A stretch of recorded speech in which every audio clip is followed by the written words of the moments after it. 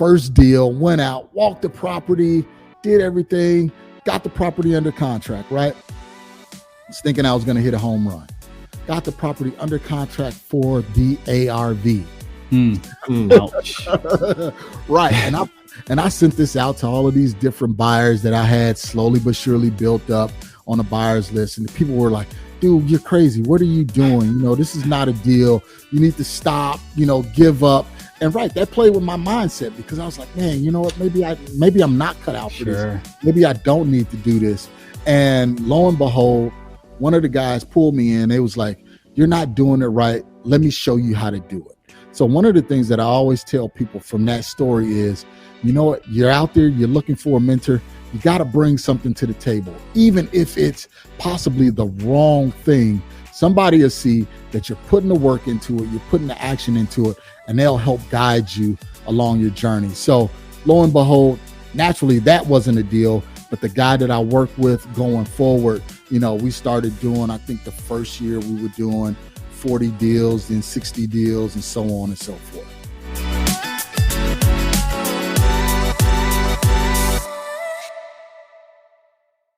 Welcome to another episode of the Wholesale Elite Podcast. I am Isham and I'm joined by my dude, Mr. Tanner Santucci. What up, bro? What's up, dude? Let's have a good one.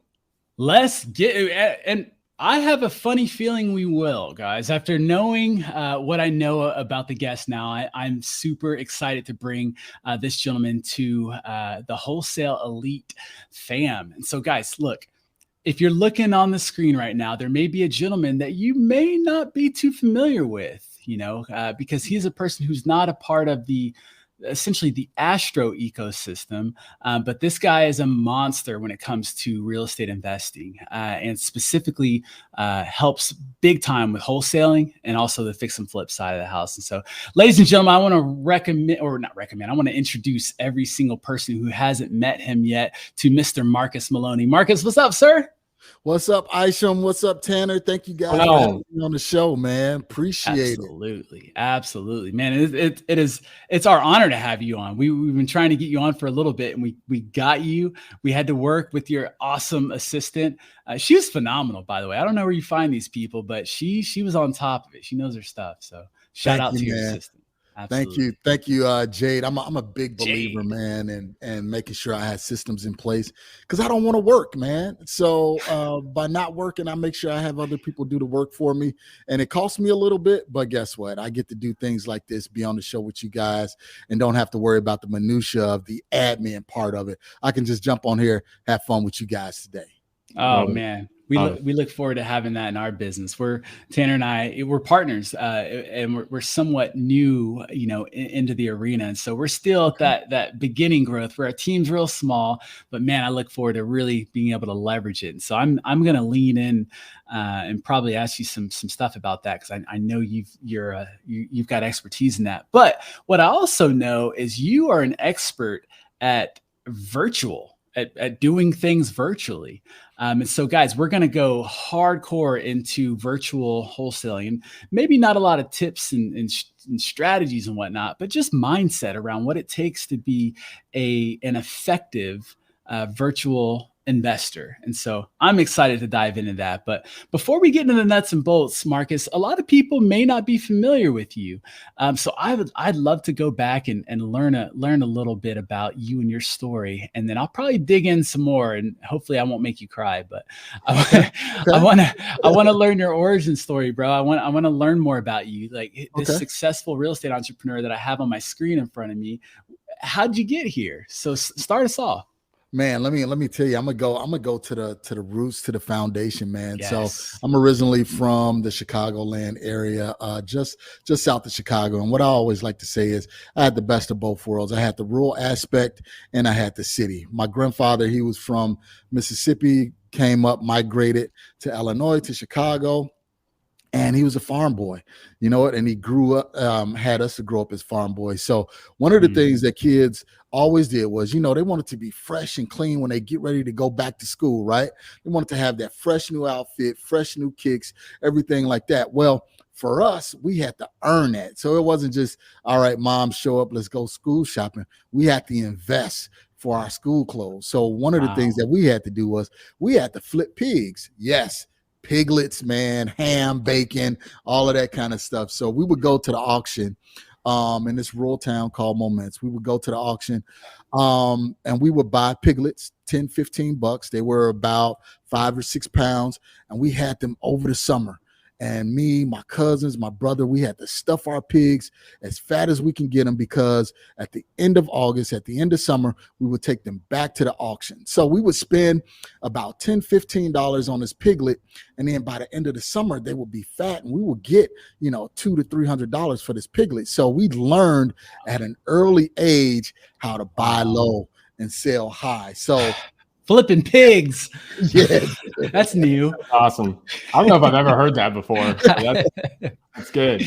So that was my origin to get me to understand, the whole process of money, how to buy low and sell high. And then after that, my mom, she's was an entrepreneur. She had a great job with the state of Illinois. She left that job, just walked off that job.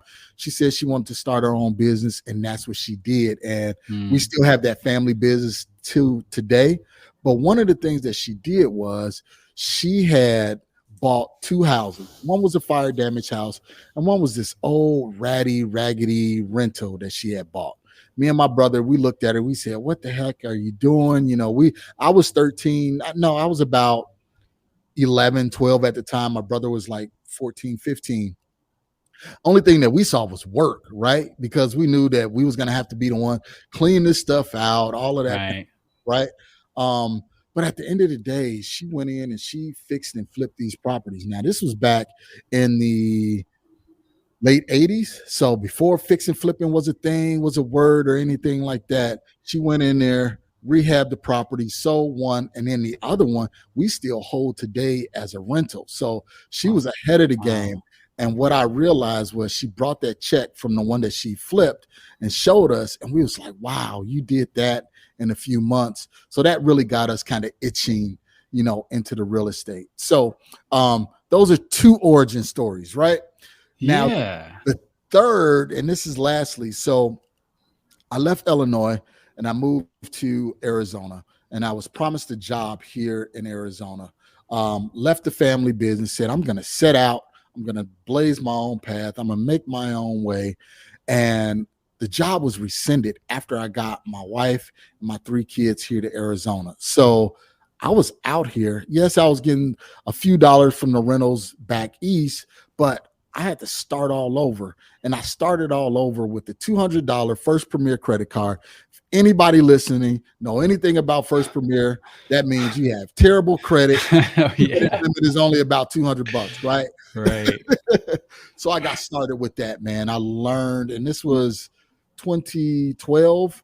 I listened to Sean Terry, started writing down just direct mail letters, handwriting them, sending them out, and got a call on the first deal, went out, walked the property, did everything, got the property under contract, right? Was thinking I was going to hit a home run. Got the property under contract for the ARV. Ouch. Right.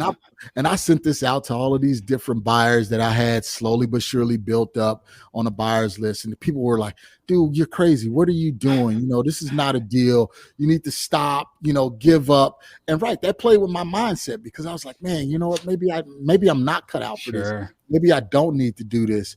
And lo and behold, one of the guys pulled me in. They was like, you're not doing it right. Let me show you how to do it.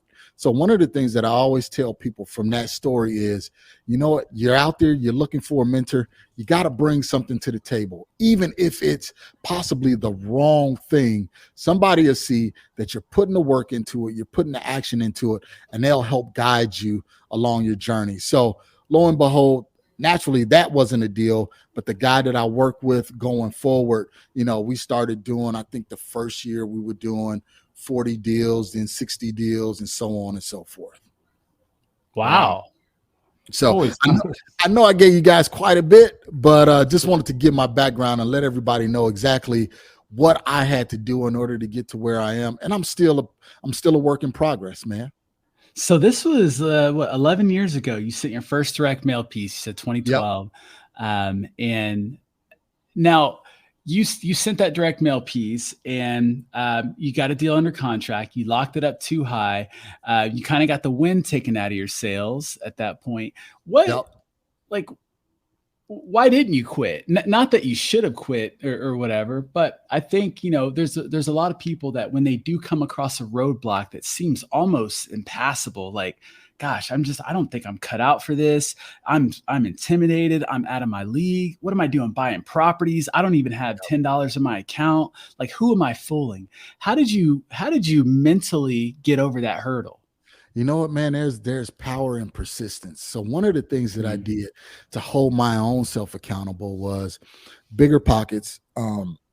This was early on in Bigger Pockets start. I would just journal and I would just blog every day what I was doing. And it wasn't for the people that was, the readers on Bigger Pockets. It was actually for me. So I can go back and see, okay, what did I do today? Was today a successful day? And then how can I build on my success from yesterday on today and tomorrow going forward? So by doing that, man, it was just that power of persistence. I knew if I didn't give up, man, my dad, he's an immigrant from Panama. So he moved to the States with absolutely nothing. So I always look at him, as a model. I'm like, dude, if he can come here from another country, not speaking any English, and build a family and help my mom build a business, I can do this with a few houses. So it was just that power of persistence. Wow, that's powerful. And so you said that in your journey, you were journaling essentially with Bigger Pocket. You were actually writing your daily stuff online, like you were posting it? Yep, every day. Wow. Now, were you doing that? I'm so sorry, Tanner. Go ahead. No. I was just going to ask what were you journaling? Like, what kind of things were you keeping track of? Dude, I was keeping track of all of my successes and my failures. So if I sent out, 20 mail pieces, hey, you know what? I sent out 20 mail pieces today, and I was just being transparent. I'm not sure if these mail pieces are going to hit where they're supposed to go. I don't know if the verbiage I have on them are right, but guess what? I'm going to let you guys know, in a week if I get any response from anybody. And that was before direct mail was really, really big. So I could send out, 50, 100 pieces, and I would get some responses. So once I got those responses, then I would journal and tell people how the conversations went, where I messed up on the conversations, what I did good with the conversation. So it was just letting people know that, hey, I don't know what I'm doing. So if you don't know what you're doing, let's not know together, but let's just start making a way. Yeah, absolutely. Dude, I love that. I think that's so powerful. And, you named it, you said there's power in persistence. But, not only persistence, you threw yourself into an uncomfortable situation. I don't think most people would have reached out to the #1 real estate forum and said, hey, I'm getting started and I'm going to use you guys as my accountability partners. I'm going to start journaling here. That's a pretty scary thing to do. Where did that come from? Have you always been that way to where you just kind of throw yourself into things, or did you acquire that over time? You know what? I'm a do or die guy, man. I'm either I'm going to go hard and do it all the way, or I'm not going to do it at all. I have an addictive personality, and I'm addicted to accomplishing things that I set out to do. So if I write something on a piece of paper, I'm going to make sure I do that. I'm a trustworthy person.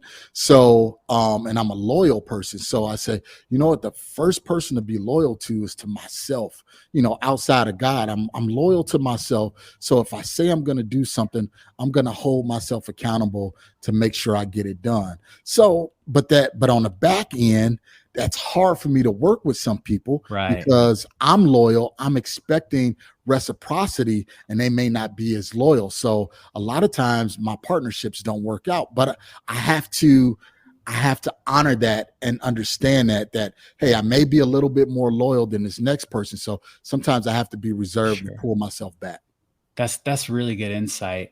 Let me ask that, because it kind of begs the question, because I know, and I'm sure we'll get to this later, but I know that you've got students, you've got a gang of people that you've brought up and shown how to do this. And I'm quite sure that not all your students have that go-getter personality like you do. You know what I mean? Where they're just all in and they're ready to go get it. So to a person that has that personality, because, you know, a lot of times we hear stories from successful people and we try to relate, but we can't. And we think, oh, it's because I'm not like them, you know? So for the people that don't have that just go-getter, that killer mentality, what do they need to know or understand in order to get to the same levels of success that you've gotten to?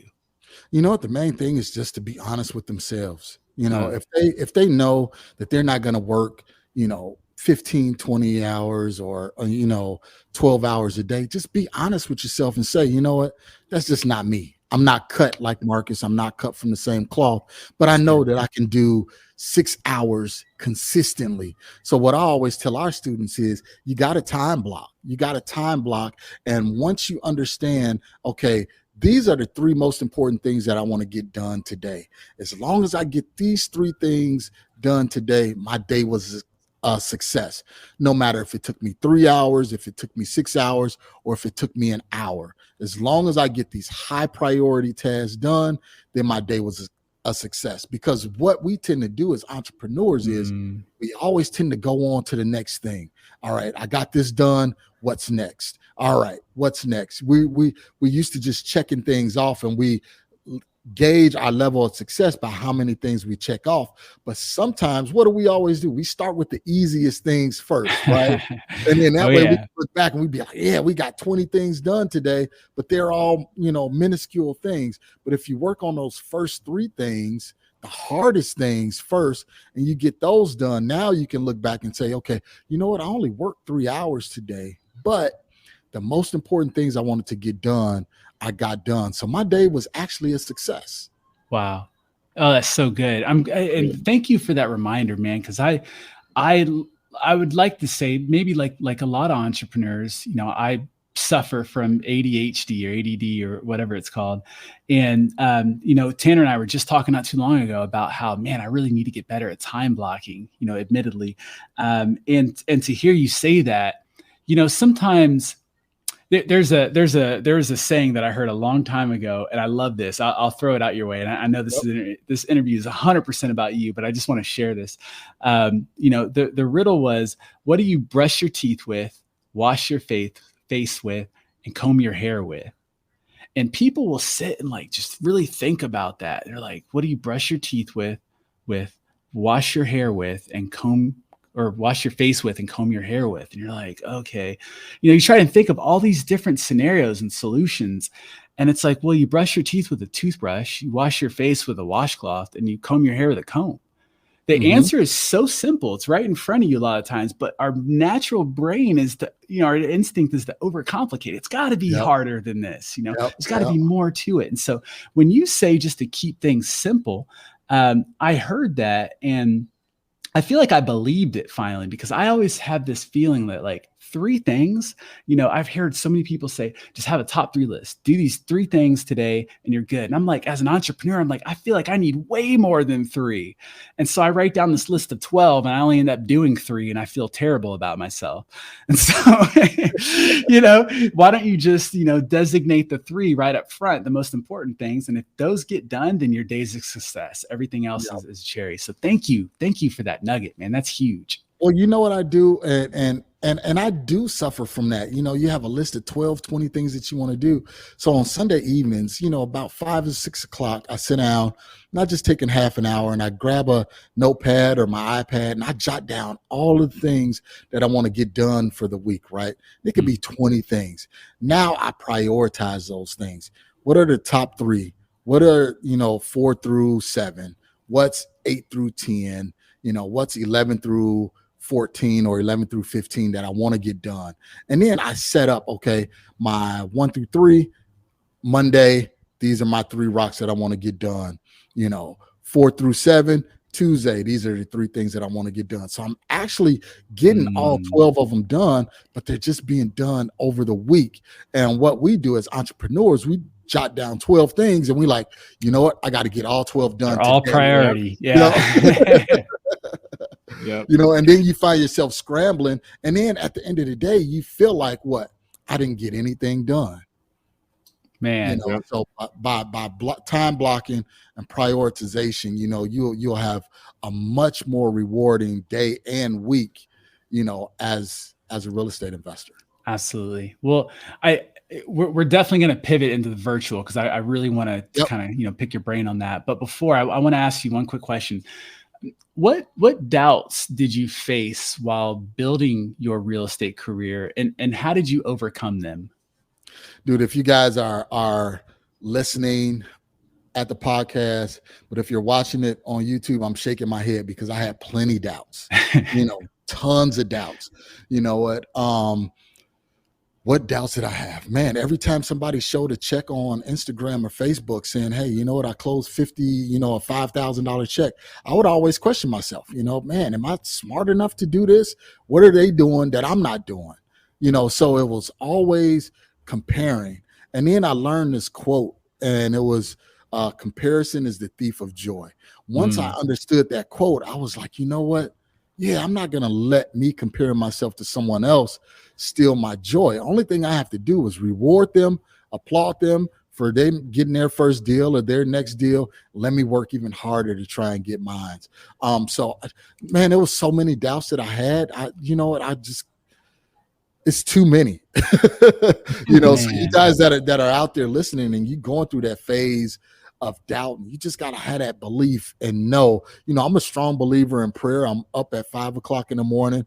I do my praying and meditation that sets my day frame for the day. And I'd see if I don't do that, man, I'm completely off. So just find some time, guys, to set aside that alone time with you and yourself. I think one of the biggest fears that people face, just from talking with people, from interviews and whatnot, it seems a common fear or concern or a doubt that most people had is like imposter syndrome. You know what I mean? Feeling that they're worthy to be on the phone with a person who owns such and such property or this amount of properties and whatnot. Did you ever deal with that imposter syndrome? Oh, yeah. I definitely did that. Even when me and my partner was starting our Deal Finders Club, it was like, who am I to sit here and try and teach somebody? I still face that after, I've done hundreds of deals, closed many transactions, have a real estate portfolio, all of this kind of stuff. But still, you're like, am I really the person that need to be teaching someone this? And then I had to get over that, and I had to overcome that and say, you know what? Yeah, you are qualified to do it. You're qualified to do it, and you just need to get out there and do it and get out of your own way. I don't want to belabor this too much, but I mean, that's beautiful. And you seem, Marcus, to have a beautiful way of simplifying really complex stuff. And so I don't want to gloss over that. I want to dig in a little bit more. Okay. So when you were in that zone and you said you realized, so that means at some point you didn't realize. Can you recall where you were at mentally, or was it a book, or was it a mentor, or what was it that shook you out of that I'm not good enough to now? And I know you said it, it comes in waves. There's still times, but I would dare to say you're way more confident now than you were then. Can you recall back to like maybe a single instance that happened that gave you that courage to just push through and continue to say, you know what, I am worth it? You know what? It wasn't me, man. It was my wife. Wow. She spent a lot of time with me because I went through a lot, as a youngster, and a lot of those things that happened back then, it still leaves residue no matter how old you get. And that's why I would always spend time in prayers, because, a lot of that residue, transferred over. So like I said earlier, my dad, he was an immigrant from Panama, and his whole thing was he would always tell me and my brother, this is the land of opportunity. There's so much opportunity here. Why are you not taking advantage of this opportunity? Are you dumb or something? Right. So I would constantly hear that. Are you dumb or something? Are you dumb or something? And he wasn't saying it really to belittle me, but the way I received it was, man, I must be dumb. Sure. You know, if I'm not seeing this opportunity.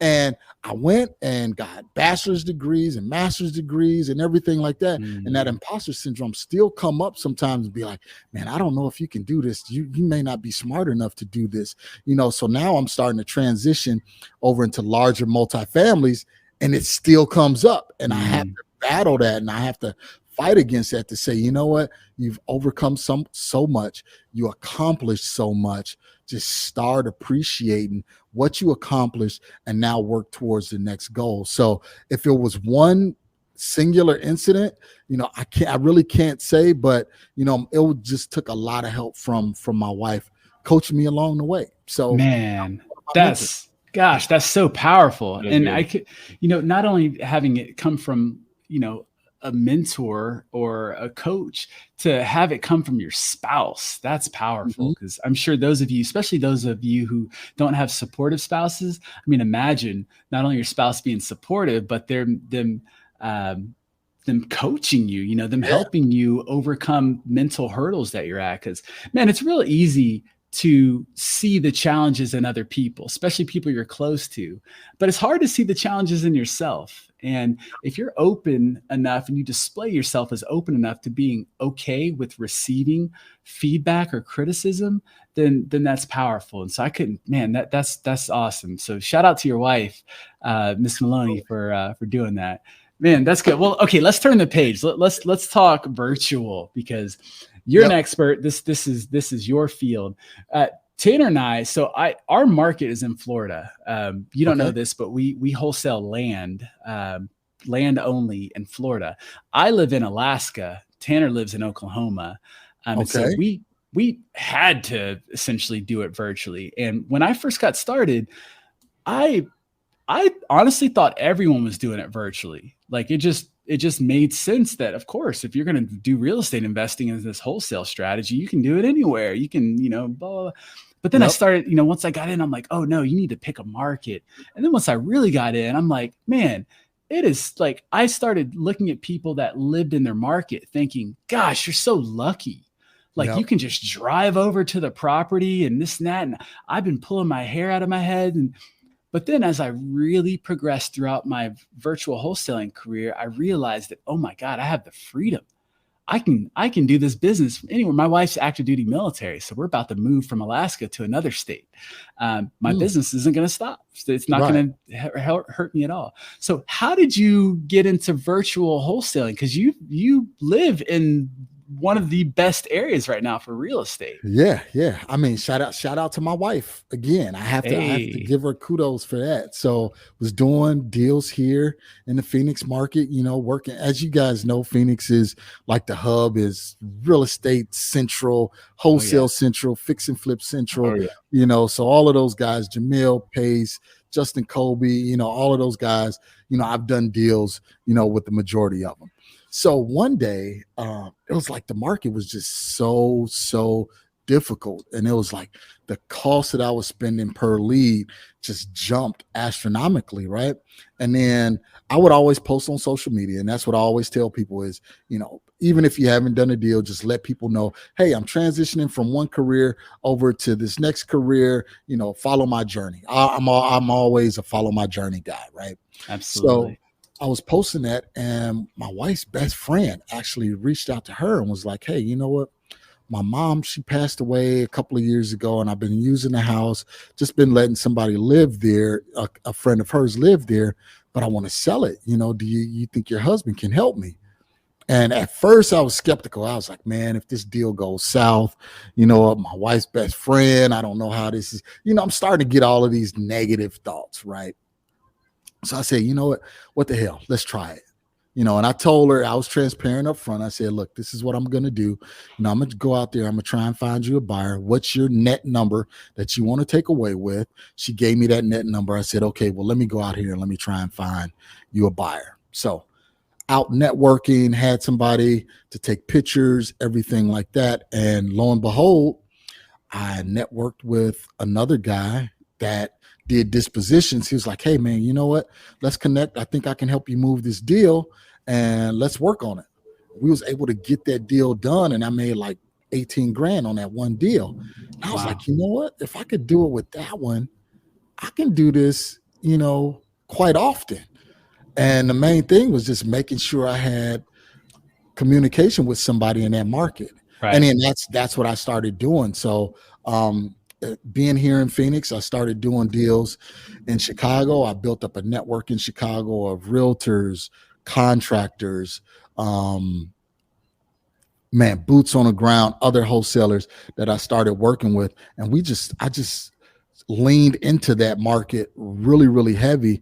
And we just started doing tons of deals there. And then I had an epiphany, right? I said, you know what, instead of me wholesaling a lot of these deals, why don't I try, because I'm always trying to challenge myself. I said, why don't you try and fix and flip one of these deals from Phoenix? See if you can do it. Right. Nice. So, was your wife supportive about this decision, or did she not know? You know what? She was supportive. She was like, go ahead, do it, try it. Let's see what happens. Right. So I had a money partner in Memphis. So just to give the ground, the foundation, I'm in Phoenix. My acquisition guy is in Houston, Texas. My disposition guy is in Orlando, Florida. My money guy was in Memphis, Tennessee. So I had to put all of this together, right, and make it all fit and mold. And I flew out there one time just to walk the property. And let me go back. Actually, my wife was a part of this deal because this was actually during COVID, and I put a challenge out to my students and to my YouTube channel. I said, I am going to help my wife close a deal before, within 3 months. And we did a text campaign. I showed her how to do a text campaign. And then lo and behold, we got a call. This lady, mom passed away, yada, yada, yada, the whole story, right? So had boots on the ground, go and take a look at the property, looked at it. The property was solid. One of the guys that I used to go to church with, he was a contractor in that market, said, go over there, tell me what the scope of work is going to be, how much it's going to cost. Once you get that, then that's going to help me determine if I'm going to fly there and take a look at it. So this is my first one. Flew there, took a look at it. I was like, man, you know what? We're getting this. We got the property for 90. The ARV was like 280. And he said he could do the rehab for about 65, 70. It's like, oh, you know what? This is a no-brainer. Let's do this all day. So I called the money partner, and he was like, I said, look, here's the pictures. Here's my pro forma and scope of work and everything like that. And I think we can get this property done, in a matter of 4 to 5 months. He agreed, gave the green light. No money out of pocket, guys. Absolutely not a dime out of pocket. He furnished the acquisition costs and all of the rehab. So at the end of the day, we walked away with $90,000 on a project, and we didn't have to put any of our own money into that deal. That's incredible. So yeah, once I understood, okay, wow, you know what? I can virtually fix and flip. So then I started building a model around that. We already had the foundation in place. I just needed to make sure I had quality boots on the ground. So I started working with different realtors, and I said, hey, you know what? If you walk this property and I take it down, you got two options. I can pass the lead over to you if we don't buy it, so you can get a listing agreement. So that's one way to get paid. Two is, if I do take it down, you manage the rehab, I'll give you more than the standard 3% commission on the job. So that's two ways to get paid. And then the third was, if I just traditionally wholesale a deal, I'll give you a portion of the wholesale fee. So that gave them oomph to get out there, walk properties, look at deals and everything like that for us. So we built a team with one of the most successful realtors and brokerages in the Chicagoland market, and just been running deals with them ever since. Oh my goodness. Now, okay. So for those who are either considering getting into virtual, or maybe just got started, maybe they're struggling a little bit, what do you say is one of the most important things to consider when choosing to build your business virtually? Structure, having that system in place. That's most important. You got to have the system and you have to have the team, and you have to make sure that that team respects the system that you built. What if it's just for, sorry to interrupt, man. What if it's just for wholesaling though, and not fix and flipping? What if, as a wholesaler before? Okay. Same thing, even with wholesaling. So if I'm doing a deal, in another market, let's just say if I'm doing a deal in Florida, okay, I'm gonna build my system around, okay, how am I gonna do my marketing?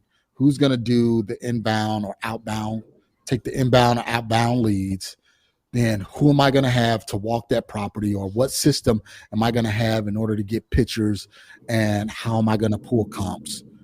And then how am I going to build that buyer's list? So it's building that system. Once you build that system, then you have each component that's in that system. If it's a realtor, if it's an acquisition manager, if it's boots on the ground, whoever it is, they have to honor that system, because your metrics can only dictate what the people are doing within that system. Right. So if you know, hey, you know what, per out of, every 80th lead is a deal, you have to make sure that each person on your team understands that these are the metrics that we go by. And if that metric gets skewed, it's either a person problem or it's a system problem. And I know my system, so it's not a system. So I just have to identify where the leakage is on the team, what person it is, and either, remove them from the team or have that tough conversation or put somebody else in that spot. Got you. Do you recommend, so back to the, wholesalers getting started, maybe they don't have a lot of money and they're hearing you say this and they're like, that's great, Marcus, but I don't have a lot of money to invest in a team. Like, I don't even know how to train people and how to do all this. Like, where do I get started? Man, you get started if you're virtual, is for virtual getting started, or if it's just local getting started? Virtual. I want to do it virtually. I live in BFE, Montana. Okay. If it's virtual, one of the things you want to find out is, do they have a RIA in that market, a Real Estate Investors Association? If they do they have virtual events? Okay, because you want to be able to network as much as possible, because that's how you're going to build your team. You're going to know you don't know anybody in BF Montana, so you got to get to know somebody in BF Montana. So where do you do that? You want to be a part of all the networking events virtually. So if it's, the local RIA, if it's meetup groups that's local, or if it's Facebook groups to that market, you want to be in there. You want to ask questions. You want to respond to questions. You want to make yourself known to that community, even though you're from Alaska. Hey, you know what? I'm from Alaska. I'm looking at possibly doing deals, in BF Montana. What do I need to do? What do I need to look out for? Who are the real players in the market? Who should I talk to? Who should I get connected with? And you just start building your network like that. Perfect. Okay. So say I'm in BF Montana and the market that I pick is, Tucson for some random reason. Yep. I pick Tucson and I look it up and I hear Marcus's advice. I look it up. I don't see any virtual meetups. There's a Facebook group, sure, but there's like 1 billion people in there. Like, how am I going to get noticed? What is your insight to that person who's coming to you, Marcus, as a coaching student saying, hey, help, what do I do? Okay.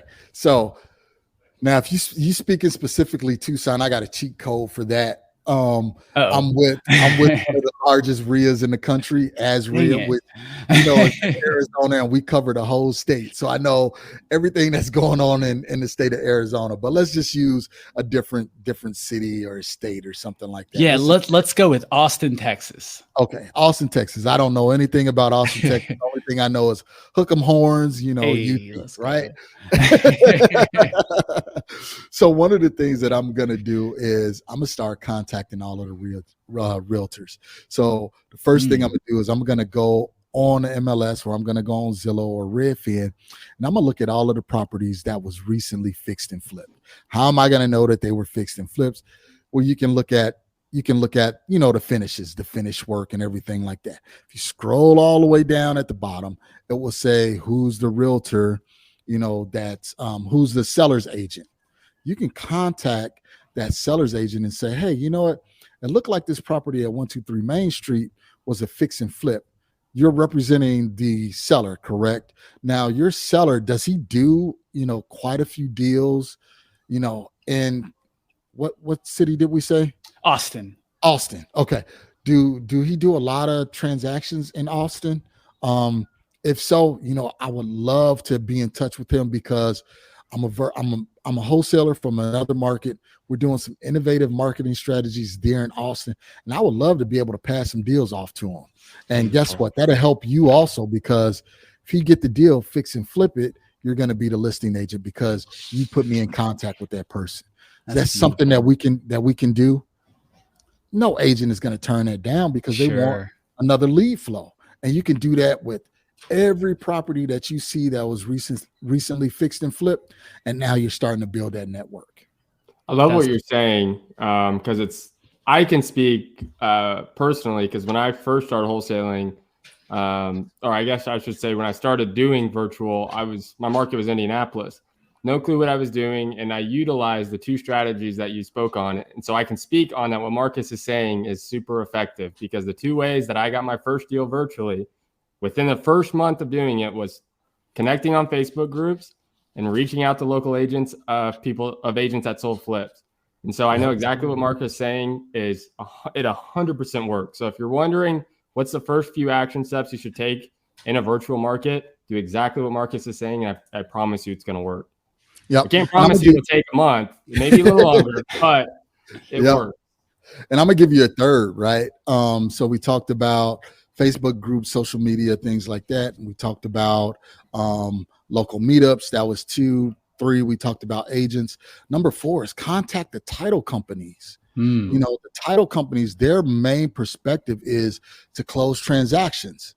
So they want the volume of transactions. So if you contact the title company, this was one of the things that I did when I first got started, contacted the title company and said, hey, you know what? This is what I'm looking at doing. First of all, are you an investor-friendly title company?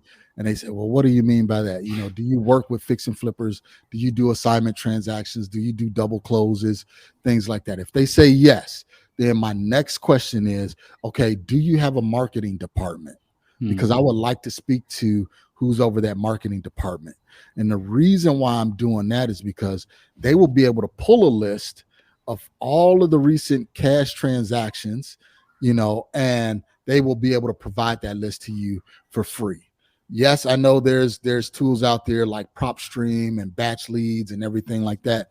But if you have little to no money, that's what I would suggest. Contact the title companies. They'll provide that list for you. Man, that's gold. Guys, look, so here's the deal. Marcus, you mentioned it earlier, DFC, Deal Finders Club. And guys, I don't want to turn this into a pitch fest, and I know Marcus doesn't want that either, but I have to say, clearly Marcus knows his stuff. He does. And he's an above board wholesale. You've heard him mention when you're calling out to people, and he didn't even make note of it. He just said it in his words. So that's how you can tell it's innately in him. He mentioned wholesale.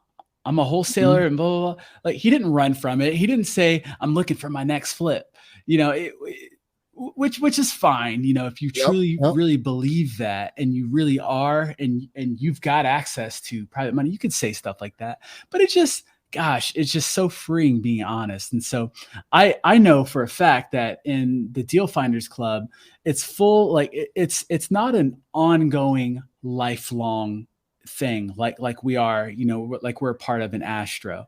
And so, guys, if you're looking to learn more about virtual wholesaling and virtual fix and flipping, like you're ready to get to that next level, reach out to Marcus. Marcus, how can people learn more about Deal Finders Club? They can go to azdfc.com. That's AZ for Arizona and DFC, dealfindersclub.com. And you know what? It's not just me. Actually, for a little bit of money, you're going to get 3 mentors. You're going to get me, who's been doing this for a decade, my partner, Mike, who's over the largest RIA in the country, Azria. And then we have Brandon Simmons. Not sure if you guys remember Sean Terry. Oh, yeah. Sean Terry, Brandon Simmons was the fulfillment guy of all of Sean Terry's. Right. So he did all of his acquisitions. So Brandon Simmons will be working with us also. We just finished a 2-day workshop, and we go over from nuts to bolts, from accountability and mindset, starting all the way to, looking at your HUD, making sure that there is no mix-ups on your HUD, and you know how much you're going to get paid at the closing table. So do all of that, man. And again, no pitching here. If you want to go, check it out. You can go to azdfc.com. We would love to have you. You know what? If you want some free content, you can just go to my website, marcusemaloney.com. You can get 15-minute free consultation with me. Yes, just like You're listening, you could talk to me personally. It's not a rep or anyone else. As you can see, I love talking this stuff. So a lot of times that 15 minutes turns into 45 minutes. And then I have to cut myself off and say, no, honor your agreement. But yeah, just go to marcusemaloney.com. Everything that your listener needs is right there. Absolutely. Well, guys, Marcus E as in echo, marcusemaloney.com, AZDFC. Guys, check them out. We're going to have all this stuff in the links and the show notes and the whatever description and all that stuff. So you will definitely be able to just scroll up or down and click on something to get access to Marcus really quickly. Marcus, how can people find you and where are you doing deals at? How can people get in touch with you? Man, all over. You got Instagram, MRCS Maloney, Facebook, MRCS Maloney, my YouTube channel, MRCS Maloney. I go live on Saturdays on YouTube. My partner, Mike, he go lives on Instagram every day at 12 o'clock. And we're just answering questions. We're not selling anything. We're just answering questions. So you can look up Mike Del Preet on Instagram. And you'll see him. He have a We Heart Houses hat on, and just been doing deals, man. That's it. That's incredible. Well, Marcus, I know you've got to run, man. You're a super busy guy, and we're approaching that hard out time. So, man, my brother, thank you so much for coming to the Wholesale Elite podcast, for joining the family, for pouring into us. And guys, I just hope that you reciprocate, the good that Marcus has done, and maybe go find some of his content and share it. Look into it. Go on his YouTube and give him some likes and subscribe or make a comment. Just go put good karma into the world, and your business will be blessed. I promise that's how it works. And so, Marcus, bro, thank you so much for all your time, for all you shared. We're super grateful for you, man. Thank you, guys, man. Much success. I'll be praying for you guys, that you guys accelerate, the rest of the year, and that you guys continue to do big things. I'll be watching you guys. Amen. Likewise. Amen. Guys, we want you to be right there where Marcus is, in that little square on the screen, or that voice in your ear. We want to hear your story. So go out there, hustle, get it done. And then we'll have you on the next episode of the Wholesale Elite podcast. Until then, peace. Thanks, guys.